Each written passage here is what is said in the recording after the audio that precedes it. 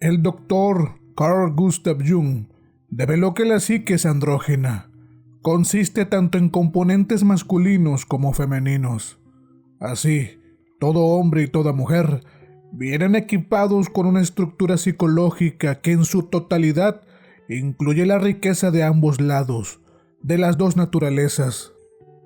Espontáneamente, la psique se divide en opuestos complementarios y los representa como una constelación masculino-femenino.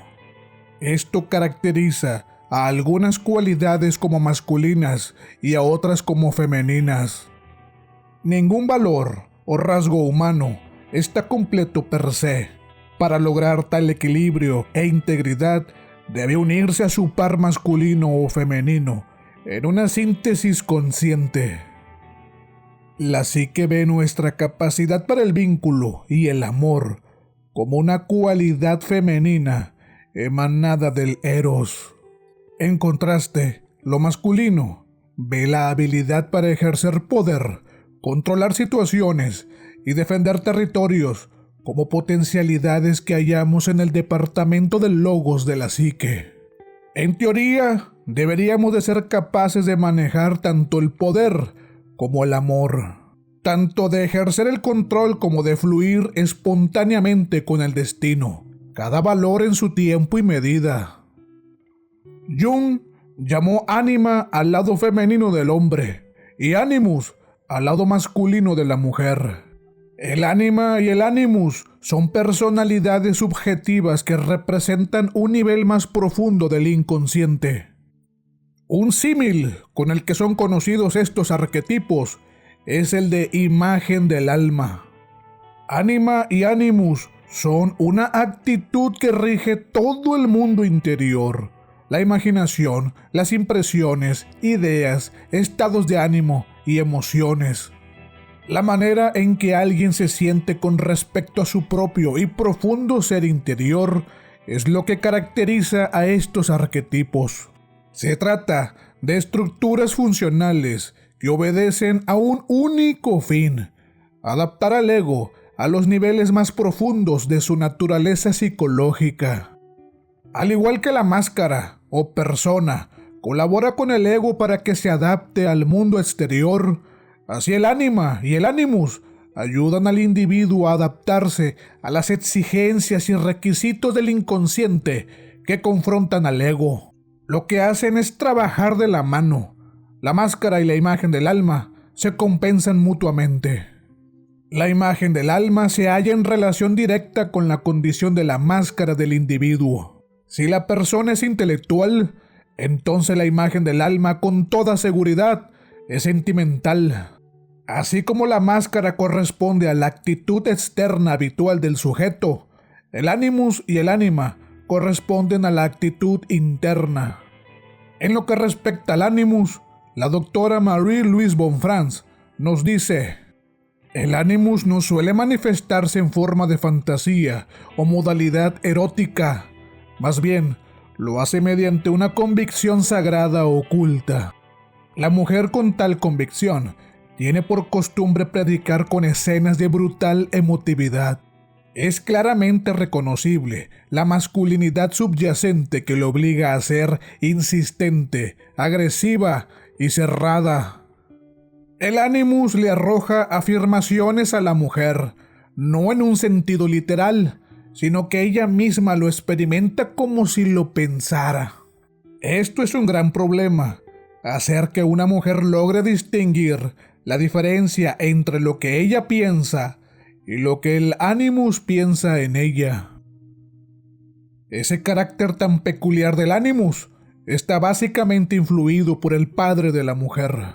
El padre dota al animus de su hija con el matiz especial de convicciones indiscutibles.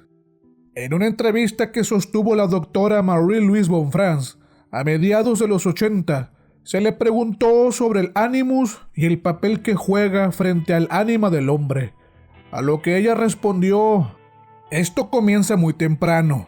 La niña percibe que su papá llega a casa cansado y ella le brinda una sonrisa encantadora. Él le permite hacer todo lo que mamá le prohibió durante el día. Así descubre su poder como mujer. Un poco de eso es muy bueno, porque le da autoconfianza femenina. Descubre que, como mujer, es alguien, ya que incluso puede tener a sus pies a papá. Pero si sucumbe a este poder, transformando en profesión su capacidad de manejar a los hombres con una sonrisa seductora, perderá el rumbo. Si una mujer tiene esta tendencia a representar el ánima para el padre, asume un rol divino, pues Animus y Ánima son mitológicos, pertenecen al mundo de los sueños y no a la realidad externa. Por lo tanto, una hija que coquetea en exceso con el padre, estableciendo una relación incestuosa demasiado íntima con él, por lo general, asume una inflación secreta. Se eleva a la dignidad de reina y espera que los hombres se pongan a sus pies, exactamente como lo hizo su padre. Gradualmente desarrolla cierta arrogancia y siente que es especial. Es inalcanzable para los hombres comunes, y los que intentan acercarse sienten que es una princesa, no alguien que se puede llevar tranquilamente a la cama para tener una relación animal. Por lo tanto, las muchachas que se comportan como princesas de papá tienen grandes dificultades para relacionarse con los hombres y corren el riesgo de no casarse ni tener hijos, porque cuando un hombre las aborda sexualmente en la vida común y corriente, quedan encerradas detrás de un muro de invisible inaccesibilidad. Las lindas hijitas de papá terminan convirtiéndose en princesas enclaustradas en una torre, inalcanzables para el hombre común. Para la mujer primordial, o la joven mujer, o para lo primitivo en cada mujer, un hombre distinguido por su destreza física se convierte en una figura del Animus. Es decir, la mujer se enamora de los hombres que son portadores de las proyecciones de su Animus. Ejemplos típicos son los héroes de leyenda o los famosos deportistas actuales, vaqueros, toreros, aviadores, etc. Para las mujeres más exigentes, la figura del Animus es un hombre que realiza actos donde apela a la responsabilidad por encima de sus sentimientos, en el sentido de que dirige todo su poder hacia algo de gran importancia, anteponiéndose al miedo e inseguridades. El Animus, algunas veces, es un demonio de la muerte. Psicológicamente atrae a las mujeres alejándolas de todas las relaciones humanas y, en especial, de todos los contactos con hombres auténticos. El Animus crea una especie de burbuja, llena la mente con puros deseos, juicios y pensamientos de cómo deberían ser las cosas. Con esto, consigue separar a la mujer de la realidad de la vida. Uno de los temas favoritos que el Animus repite incesantemente en las meditaciones de ese tipo de mujeres viene a ser así: la única cosa que yo deseo en el mundo es amor, y él no me ama. En esta situación solo hay dos posibilidades, y las dos son igualmente malas. El Animus jamás cree en excepciones. Raramente se puede contradecir la opinión de un Animus porque, por lo general, suele tener razón. Sin embargo, pocas veces parece ajustarse a la situación individual.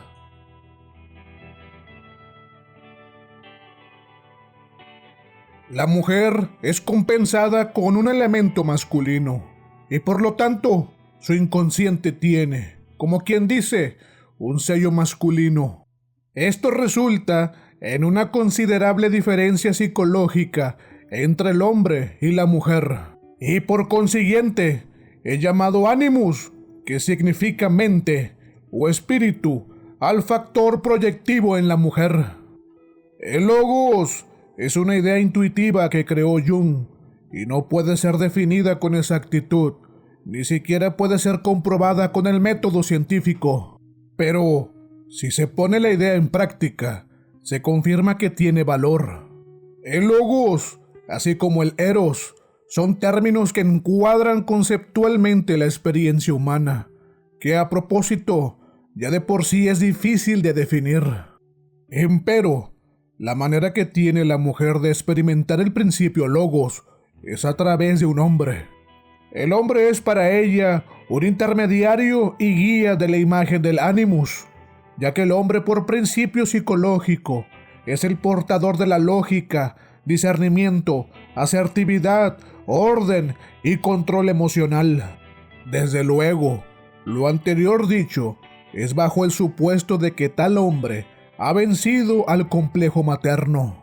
Aunque el logos comienza a cobrar relevancia cuando la mujer tiene que aprender a discernir y a reflexionar por ella misma. Cuando una mujer no posee un logos diferenciado y trabajado, ella puede navegar por el terreno de lo irracional sin ningún problema. Los sucesos ilógicos o las imágenes cuyo significado no comprende le parecen algo de lo más normal. Tal mujer no tiene conflicto con lo que no puede entender. No tiene la urgencia ni la necesidad de encontrar inmediatamente un sentido a todo. Puede permanecer pasiva mientras el inconsciente le arroja contenidos incomprensibles o aparentemente sin sentido. Por el contrario, el hombre no puede ocuparse de esto. Se niega rotundamente a ser pasivo. Le resulta imposible tener que renunciar al razonamiento y a la lógica para poder entrar al reino oculto de las mujeres. El hombre rechaza todo lo que el inconsciente le lanza. Intenta comprender y analizar cada imagen que surge antes que pueda ser correctamente percibida e integrada por la conciencia. En cambio, la mujer acepta todo lo que el inconsciente le arroja. No tiene filtros y permite que los contenidos fluyan por la conciencia sin ningún impedimento. Un logos maduro y sensato entra en acción cuando un contenido ha penetrado en la conciencia de la mujer. Si el logos se pone a trabajar antes de que un contenido sea plenamente consciente, será un estorbo y el peor obstáculo. Solo cuando los contenidos están en la conciencia y quizás ya con forma, el logos comienza a comprender, analizar y a encontrar sentido.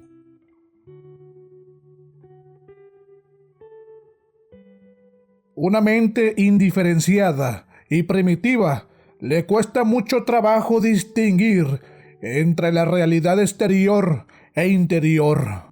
El kit de este problema yace en la intuición de desear. Junguianamente hablando, desear corresponde a una etapa bien definida en el desarrollo de la mente. Esto se puede apreciar con mayor claridad en los niños. Ellos viven bajo la máxima de los cuentos de hadas de el tiempo en que los deseos se hacían realidad. El imaginar y soñar despierto son síntomas de poco desarrollo mental.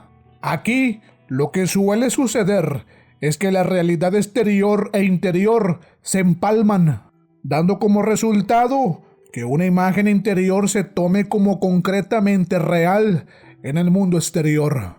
Es un proceso inconsciente. La realidad exterior e interior no se distinguen con claridad. Una mente primitiva busca imponer sus creencias, supersticiones y deseos al mundo exterior. Muy pocas veces se detiene a reflexionar si tales intuiciones corresponden con la realidad. Esto es un riesgo, ya que si no colocamos en tela de juicio nuestras creencias, comenzaremos a construir estructuras fantasiosas que fácilmente tomaremos como reales, ocasionando que nos perdamos dentro de un laberinto que asumimos como la realidad. En relación con la mujer, cuando no tiene el pensamiento ocupado en el sentido común, lo ocupa en soñar, imaginar, desear y temer. O sea, prácticamente lo usa en no pensar. En el plano de la psique, el pensamiento femenino no tiene nada que ver con los géneros. Independientemente si es hombre o mujer, todos tenemos un logos masculino y un logos femenino. El pensamiento femenino acapara la fantasía, el sueño, el deseo y la creatividad. En cambio, el pensamiento masculino abarca orden, lógica, discriminación y comprensión. Lo femenino tiende a pensar de manera holística y contextual. Lo masculino piensa por pasos, analiza siguiendo un camino lineal. Si el pensamiento se utiliza como una vía de escape de la realidad, entonces eso no es pensar, es mero entretenimiento o distracción. Una persona que se la lleva fantaseando y soñando despierta, en realidad no está viviendo, está dormida y no ha despertado a la realidad. Y si una persona se la lleva leyendo, estructurando la realidad de 1000 formas, creando un sinnúmero de teorías, filosofando sin hacer absolutamente nada en el mundo real, esa persona está enviciada con su mente, vive alejada de la realidad. La primera está enamorada de la imaginación, la segunda del razonamiento. En ambos casos existe una pésima relación con la realidad exterior, por eso escapan a su realidad interior. Lo anterior mencionado resume lo que la doctora Marie-Louise Bonfrance llamase como animus infantil de tipo puer aeternus. En otras palabras, una mujer adulta que tiene una mentalidad de niña. Estas mujeres poseen un ego fantaseador, soñador e idealizador. Experimentan la vida visualizándola en su imaginación, en lugar de vivirla. Parece un mal chiste, pero no lo es. Genuinamente son mujeres que viven atrapadas en su mundo de fantasía. No tienen los pies puestos sobre la tierra. Lamentablemente, el Animus adopta una actitud pasiva frente a la vida. Quedan expuestas a las vicisitudes y desgracias del día a día. No logran manejar su propio destino. El psicólogo junguiano Robert A. Johnson nos menciona que una peculiaridad de los puereternos es que le arrancan el placer a una experiencia por adelantado. Conozco a 2 jóvenes que planearon una salida de campamento.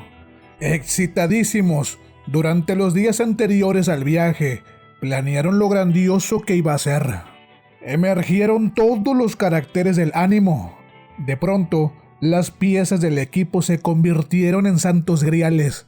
Se maravillaban con el filo del cuchillo o la eficiencia del tramo de soga.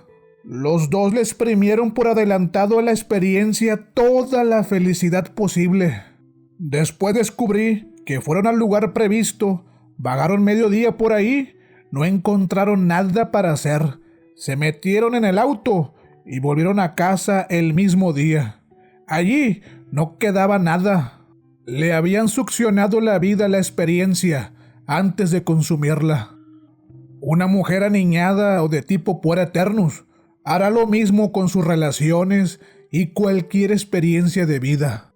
Si ella se enamora de un chico que ni siquiera la ubica, comenzará a fantasear que son la mejor pareja del mundo, construirá locas historias de amor en su imaginación, inflará los atributos del chico e ignorará lo que no le gusta de él. El brillo del enamoramiento se le verá en sus ojos y en su ánimo excitado. Ella exprimirá cada gota de placer que le genera fantasear con su enamorado.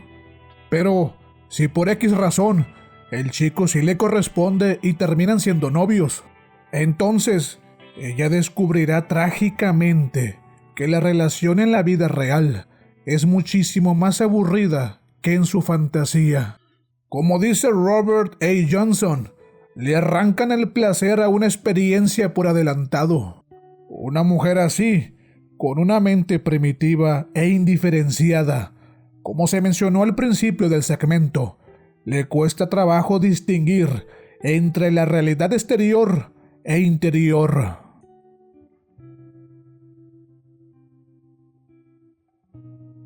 La transferencia total de la imagen del Animus, como la descrita anteriormente con el ejemplo de la mujer enamorada, crea, junto con una aparente satisfacción y plenitud, una especie de vínculo compulsivo con el hombre en cuestión, y una dependencia a él que a menudo aumenta hasta el punto de hacerse insoportable.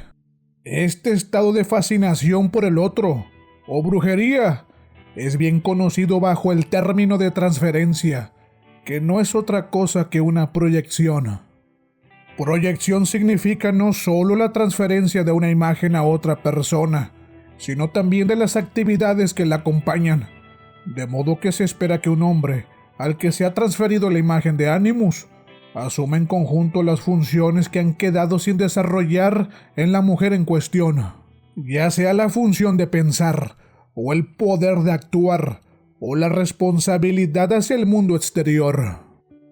Ese estado de proyección no suele ser de larga duración, especialmente si la mujer tiene una relación cercana con el hombre en cuestión. Entonces, aparece la incongruencia entre la imagen y el portador de la imagen. La mayoría de las veces se vuelve demasiado obvia. Un arquetipo, como el que representa el Animus, nunca coincidirá realmente con un hombre de carne y hueso. Cuanto menos lo haga, más individual es ese hombre. La individualidad y lo colectivo son opuestos. Un arquetipo está en el terreno de lo colectivo y lo divino.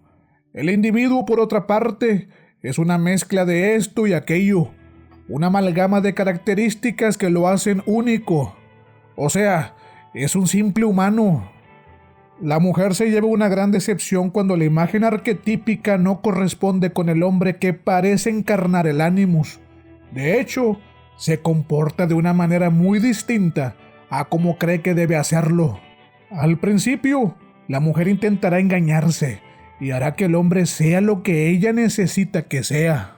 Consciente e inconscientemente, presionará al hombre a determinados comportamientos para satisfacer sus necesidades de Animus.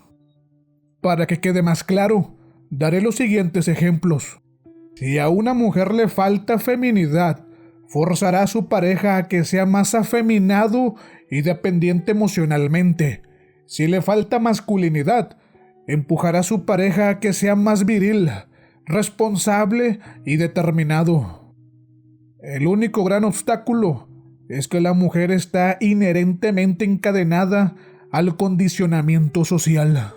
Ella dice y hace lo que las mujeres de su entorno le indican.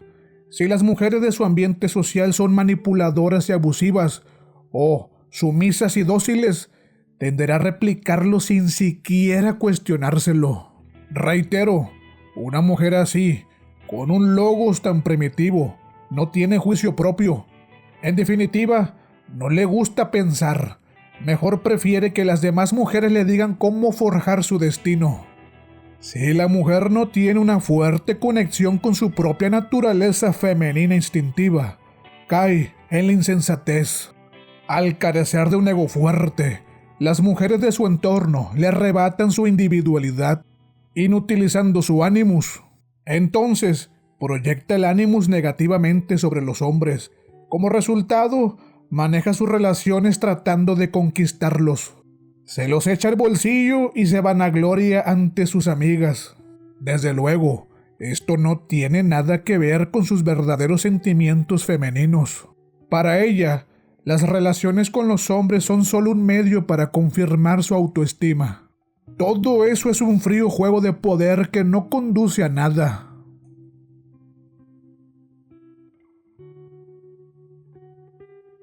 En un caso de posesión, el mundo interior inconsciente no está suficientemente refrenado, contenido, y la necesidad emocional e irracional irrumpe perturbando las relaciones normales con los otros y con la vida en general. La posesión del ánima, Animus, abre de par en par las puertas del inconsciente y deja pasar todo aquello que tiene suficiente energía para cruzar el umbral. Animosidad y caprichos irrumpen y se llevan todo por delante. El control de los impulsos se reduce a su mínima expresión. Deja de haber contención de los pensamientos o de las emociones. Es obvio que esto también es un problema del ego. Es síntoma de un ego insuficientemente desarrollado que no puede cargar y contener los contenidos que normalmente emergen a la superficie de la conciencia y requieren de reflexión y digestión antes de ser expresados verbal o físicamente.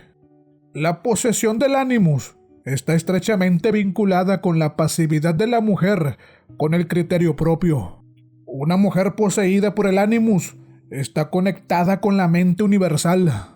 Si interactuamos con una mujer poseída por el Animus, estaremos interactuando con la mente colectiva inconsciente de todas las mujeres.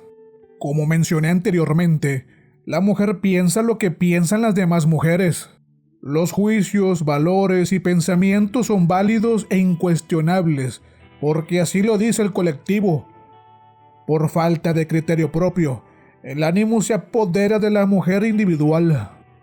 Una de las formas más importantes en que el Animus se expresa, entonces, es haciendo juicios, y como sucede con los juicios, también lo es con los pensamientos en general. Desde el interior se abarrotan sobre la mujer en formas ya completas e irrefutables.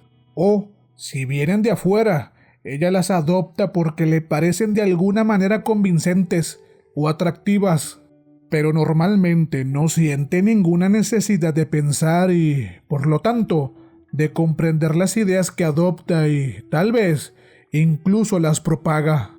Su poder de discriminación no desarrollado hace que se encuentre con ideas valiosas y sin valor con el mismo entusiasmo o con el mismo aspecto, porque cualquier cosa que sugiere la mente le impresiona enormemente y ejerce una fascinación extraña sobre ella.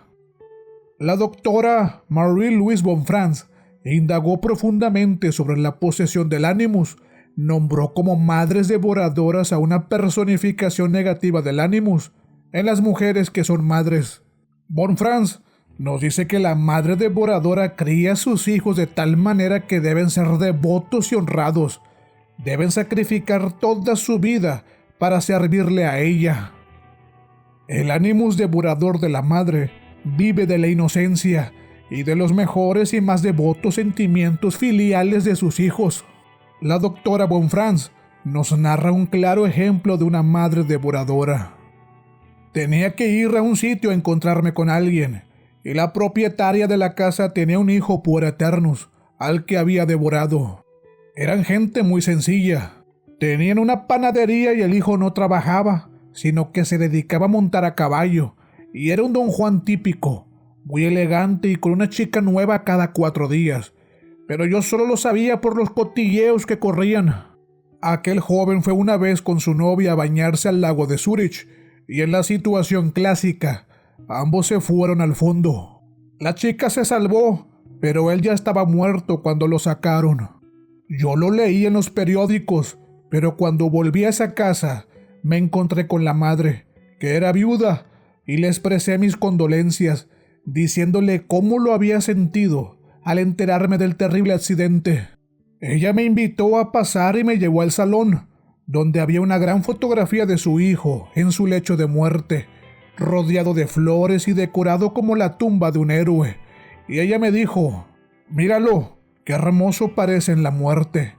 Yo me mostré de acuerdo, y entonces ella sonrió y dijo: «Bueno, prefiero tenerle así que entregárselo a otra mujer». Este tipo de madres tienen secretas intenciones destructivas. Pueden conducir a sus maridos y a sus hijos a enfermedades, accidentes o incluso la muerte. O pueden decidir que sus hijos no lleguen a casarse nunca. Los vuelven enfermizamente dependientes a ellas. Prefieren que sus hijos varones sean homosexuales para que no las abandonen por otra mujer. Ese carácter devorador es una forma del mal profundamente escondida, que raramente sube a la superficie de la mente consciente de la madre. La doctora Bonfrance estaba completamente curada de espantos y no le temblaba la mano para colocar el dedo sobre la llaga. Ella se percató que las madres devoradoras empujan a sus hijos a la muerte para que la vida de ellas cobre sentido.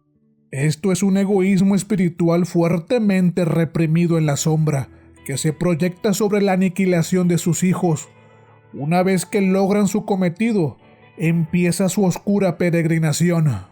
Generan un culto religioso en torno a él, y de este modo, él se convierte en el Tammuz, Adonis o Atis muerto. Sustituye la imagen de Dios. También es el Cristo crucificado, y ella es la Virgen María llorando junto a la cruz. Y la gran satisfacción es tener un sentido arquetípico en la propia vida.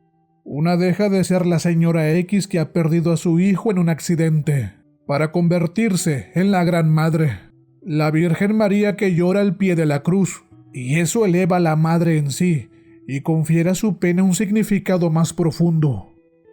Otra forma negativa de posesión del Animus es que separa a la mujer de su propia feminidad, la aparta del calor humano y la delicadeza, aislándola en un mundo sin sentido, martirizada por manos invisibles. Se siente víctima, atrapada por circunstancias externas o un destino cruel. A la larga, quizás llegue a creer que su terrible soledad no tendrá alivio en este mundo y se sumergirá en fantasías de muerte. Por lo general, el primer hombre que una mujer conoce es su padre. Por lo tanto, tiene una influencia muy grande sobre la niña. Si la relación con el padre se constela de modo negativo, ella reaccionará negativamente a él. El padre puede ser o no un hombre malo o difícil. Puede que la niña simplemente no lo quiera. Pero, en cualquier caso, si la relación es negativa, más tarde probablemente tendrá dificultades con los hombres y no descubrirá su propio lado masculino. En un caso extremo, podría quedar incapacitada para abordar a los hombres. El primero que encontró en la vida fue un horror. Por lo tanto, todos los hombres lo son. Podría convertirse en lesbiana o evitar totalmente a los hombres. Sin duda, les temería. Si no es un caso tan extremo, será lo que llamamos una mujer difícil. Discutirá con los hombres, lo desafiará, criticará y tratará de vencerlos. Esperará de ellos negatividad, y esta expectativa naturalmente creará dificultades en su relación de pareja.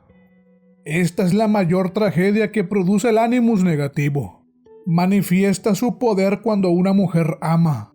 Intenta apartarla de cualquier clase de relación, desvalorizándola o diciendo que es una locura. El Animus negativo se manifiesta principalmente como una resistencia, basada en opiniones, a cualquier sentimiento amoroso. Si una mujer se enamora o se interesa por un hombre, su Animus negativo aparece y le obliga a arruinar la relación. Subjetivamente, ella no sabe lo que está sucediendo. Cree que es una maldición.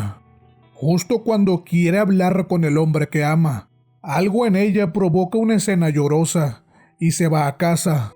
Tal vez proyecte y diga: él fue tan desagradable conmigo. Pero si fuera un poco más honesta dirá: yo quería tener una buena relación con él, y precisamente por eso yo hice una escena. No sabe qué mecanismo diabólico la llevó a hacerlo.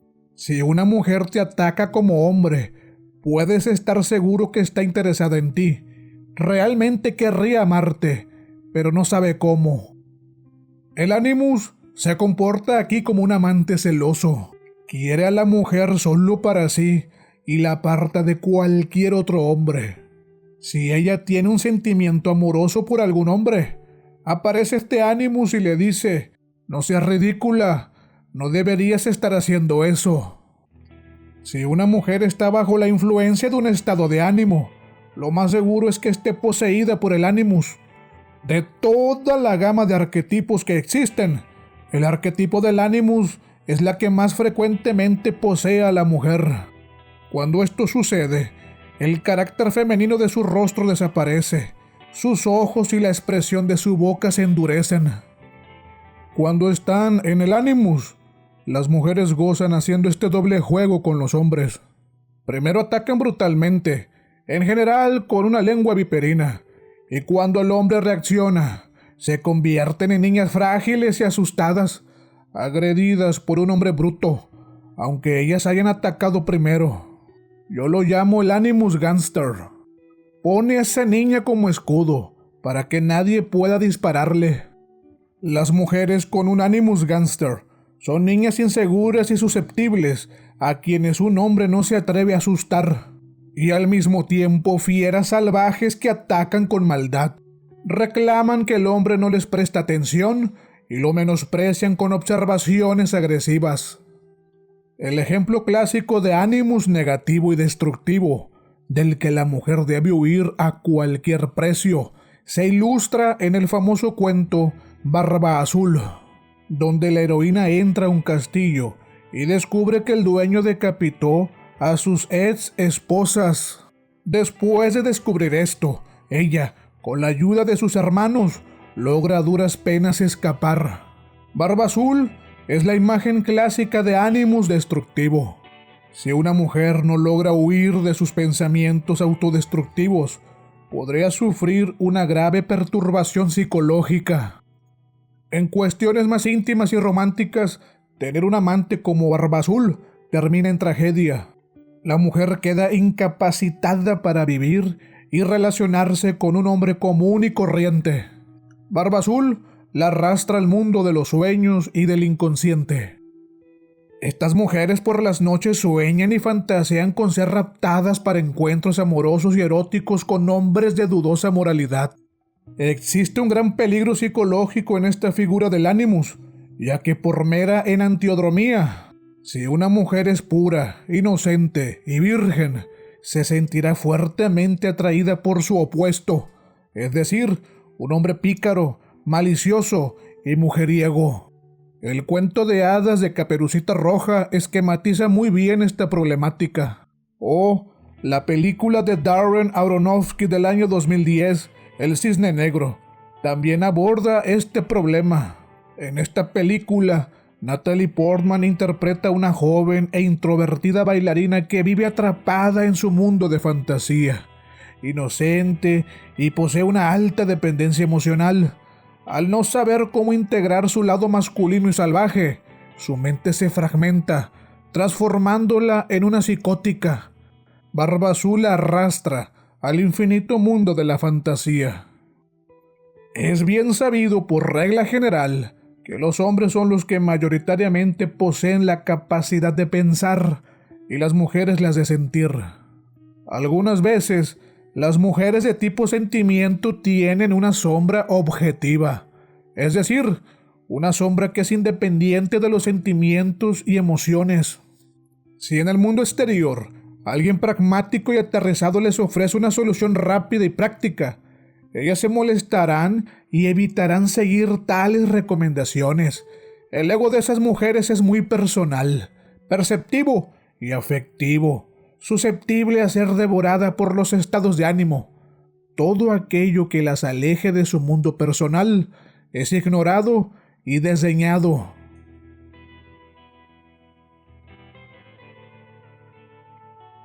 El animus no consta meramente de cualidades negativas tales como brutalidad, descuido, charla vacía, malas ideas silenciosas y obstinadas.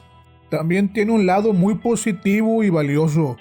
También puede construir un puente hacia el sí mismo, mediante su actividad creadora. La mujer descubrirá que hacer consciente al animus es una labor que requiere mucho tiempo y acarrea infinidad de sufrimientos. Pero si ella se da cuenta de quién y qué es su animus y qué hace con ella, y si ella se enfrenta con esas realidades en vez de dejarse poseer, su animus puede convertirse en un compañero interior inapreciable que la dota con las cualidades masculinas de iniciativa, objetividad y sabiduría espiritual. Hasta cierto punto, la falta de discriminación tiene un aspecto positivo.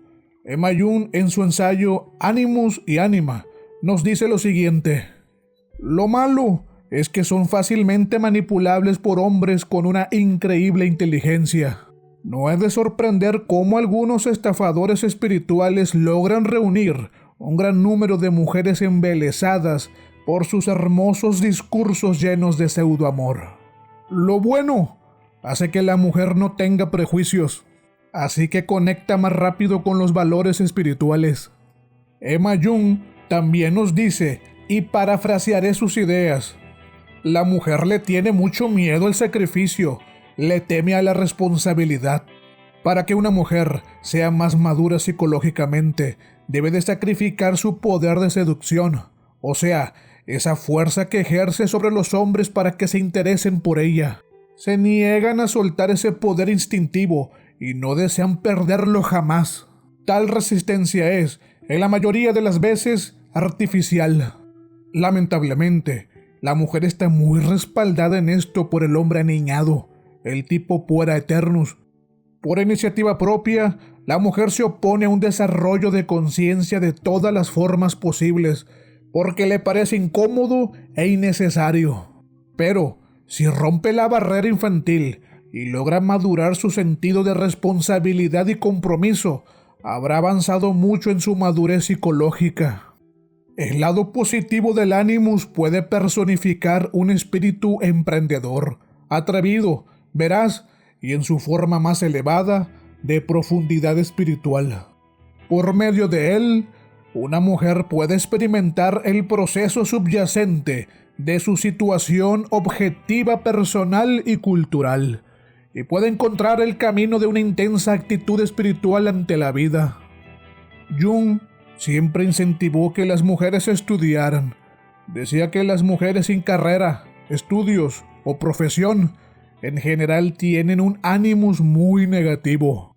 Llevan una vida aparentemente femenina como madres y dueñas de casa, pero su masculinidad se irrita, se hace negativa y la utilizan para torturar al marido y a los hijos. Es mucho mejor ocupar al Animus para que así cause menos problemas.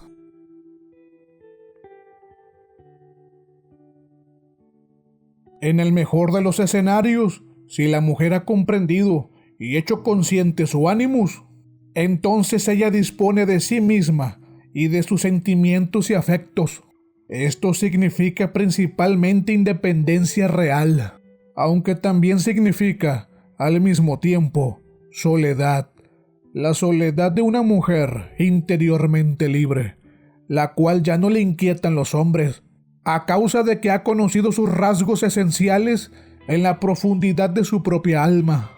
Una mujer así ya casi no puede tampoco enamorarse, pues es incapaz de perderse en otro, pero sí será capaz de un amor más profundo, en el sentido de una entrega consciente al tú, porque su soledad no la aleja del mundo, tan solo crea una distancia exacta con ella.